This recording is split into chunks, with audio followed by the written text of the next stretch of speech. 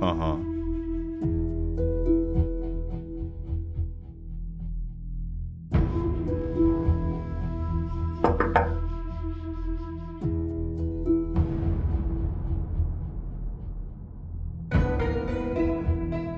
باشه، کاملش کنم میفرستم.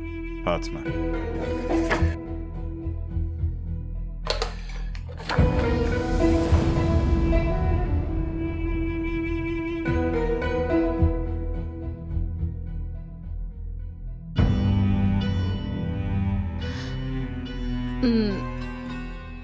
میخواستم باهات حرف بزنم.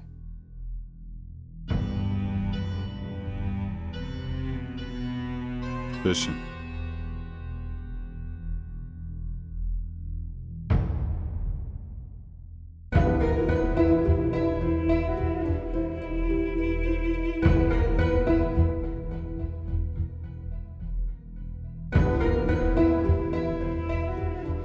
خواهرت با مامانم حرف زده.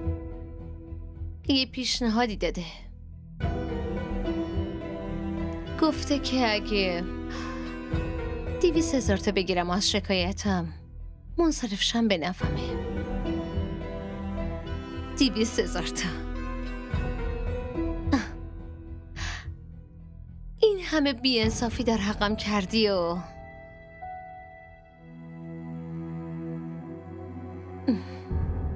ولش کن. نمیخوام راجع به این موضوع حرف بزنم. فقط اومدم بگم که شکایتو پس میگیرم، اما نه با 200,000 تا. 2 میلیون میخوام.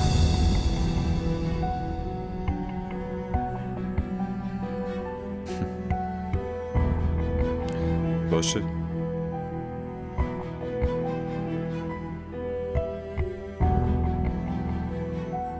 اما کدوم پرونده؟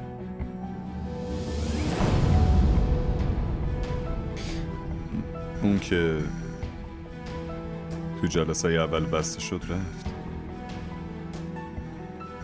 میمونه موضوع شکایتت.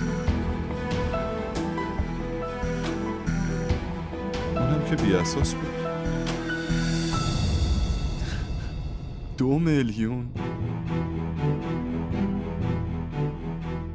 در مورد کدوم پرونده حرف میزنی؟ تو عقلتو از دست دادی؟ نکنه دیوونه شدی؟ کی این اطلاعات غلطو بهت داده ها؟ با اون وکیلت حرف بزن. کدوم پرونده بسته شده؟ من که شکایتمو پس نگرفتم. مراسم هنبندون الینا تموم شد. 2 روز دیگه هم مراسم عروسی.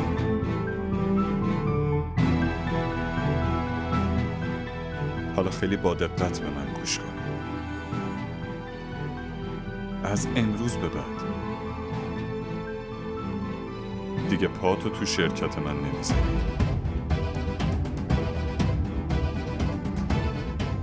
من حساب اون نگهبانارم میرسم که با وجودی که ممنوع کرده بودن باز تو رو راه دادن داخل. گوش کن آقا، با من درست حرف بزن. فهمیدی؟ پاتو تو شرکتم نذار. خودتو چی فرض کردی؟ منم علاقه ای ندارم قیافتو ببینم، ولی خواهرت خودش اومده پیش مامانم. منم خواستم باهاتون همکاری کنم. دلم براتون سوخت.